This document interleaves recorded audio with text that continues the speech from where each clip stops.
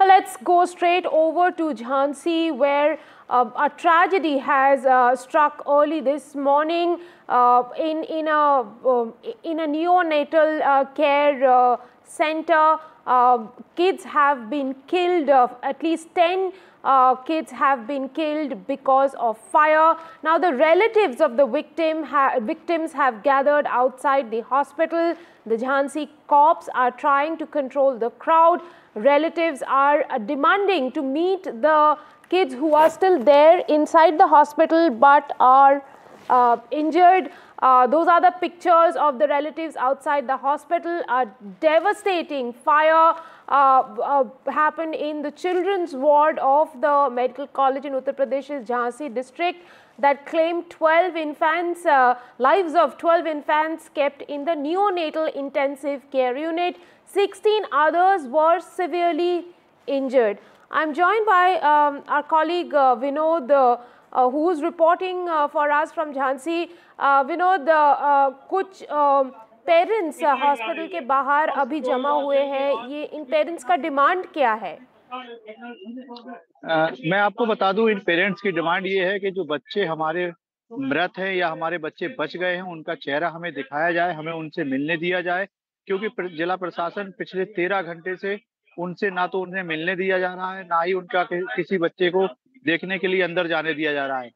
धीरे धीरे वो आक्रोशित होते जा रहे हैं। आक्रोशित होने के बाद एकदम वो सारे परिजन इकट्ठे हुए और इकट्ठे होने के बाद जब वो बाहर रोड पर जाम लगाने के लिए जा रहे थे आक्रोशित परिजन, तो पुलिस प्रशासन ने मेडिकल कॉलेज गेट नंबर 2 में गेट लगा करके उन परिजनों को रोक दिया है, जिससे परिजन और आक्रोशित हुए। वो गेट पर ही बैठ करके प्रदर्शन कर रहे हैं और अपनी उनकी मांग है कि प्रशासन हमें हमारे बच्चों को देखने के लिए अनुमति दे, ताकि हम अपने बच्चों को देख सके कि वो ठीक है या खराब हैं। जी, पर क्या वजह है कि उनको मिलने नहीं दिया जा रहा है? जो इंजर्ड बच्चे हैं उनके अपने माँ बाप के साथ नहीं मिलने दिया जा रहा है, क्या वजह है? जी, मैं आपको बता दूं कि प्रशासन का ये कहना है कि जो जैसे सूत्रों की माने तो प्रशासन अंदर खाने प्रशासन ये चाहता है कि उन बच्चों की इनके परिजन कैसे पहचान करेंगे, क्योंकि वो बच्चे नवजात हैं और नवजात होने के कारण उन बच्चों की पहचान करना मुश्किल है।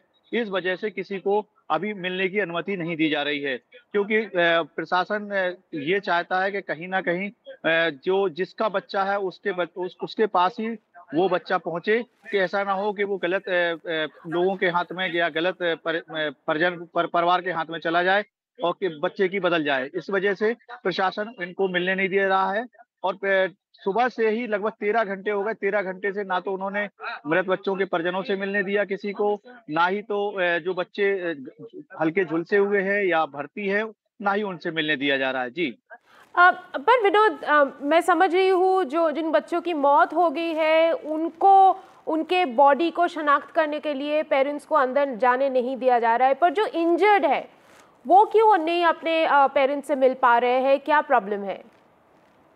वो प्रशासन का अपना मनमाना रवैया है। प्रशासन अपनी मनमानी चला रहा है, किसी से मिलने नहीं दे रहा है। प्रशासन का कहना है, प्रशासन ना तो इस बारे में कुछ बता रहा है कि क्यों नहीं मिलने दे रहा है। जब प्रशासन से बात की जाती है तो वो कहते हैं कि कोई आ नहीं रहा है, हम कैसे मिलने दें। हमने प्रशासन से भी हम लोगों ने काफी बार बात की, लेकिन जब वो प्रशासन से जब इमरजेंसी में भर्ती उन बच्चों से मिलने के लिए उनके परिजन जाते हैं, तो उनको गेट से ही जो सुरक्षा में गार्ड लगे हुए हैं वो भगा देते हैं उनको। जी, जी, हमारे साथ बने रहिए। Let's go over and listen to what is happening in UP. Politics have erupted over this Jhansi hospital incident. Samajwadi Party chief Akhilesh Yadav has slammed UP CM Yogi Adityanath and said that he should stop campaigning, return to UP. He is also hit out at UP CM and said must stop what he calls peddling claims on everything being fine. Akhilesh Yadav also urged a fair probe to ensure justice to those families who are affected by this tragedy. Let me go over to Vinod once again. Vinod, इस पूरे मुद्दे पर politics भी शुरू हो गया है. Akhilesh Yadav asking for probe now, or the opposition is saying that there has been negligence. आप हमें बता सकते हैं कि पॉलिटिक्स किस हद तक आगे बढ़ गया है इसको लेकर? जी, मैं आपको बता दूं कि ये बात सही है कि अखिलेश यादव के ट्वीट करने के बाद समाजवादी पार्टी के कार्यकर्ता एक्टिव हो गए हैं।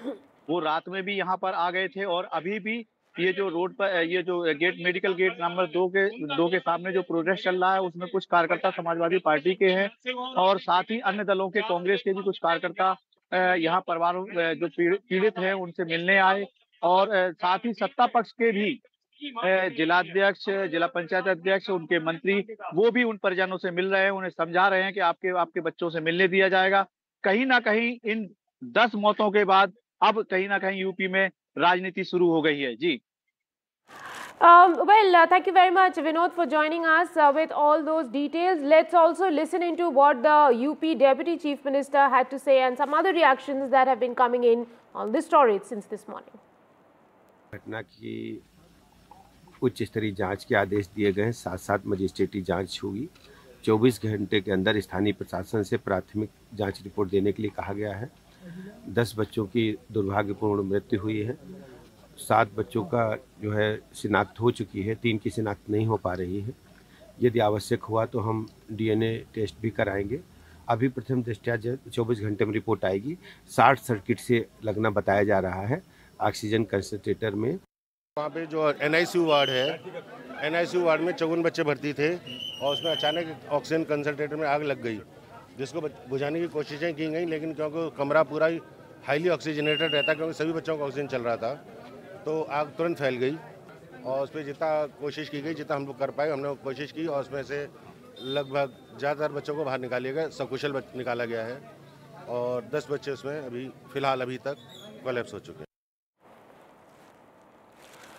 Well, 10 infants have been killed in this Jhansi tragedy. A fire in a neonatal ward last night has claimed 10 lives. The parents there you see on your screen are sitting outside the hospital trying to identify those kids who have been in fact charred to death. Yogi government is facing flack and opposition is calling it a clear case of negligence.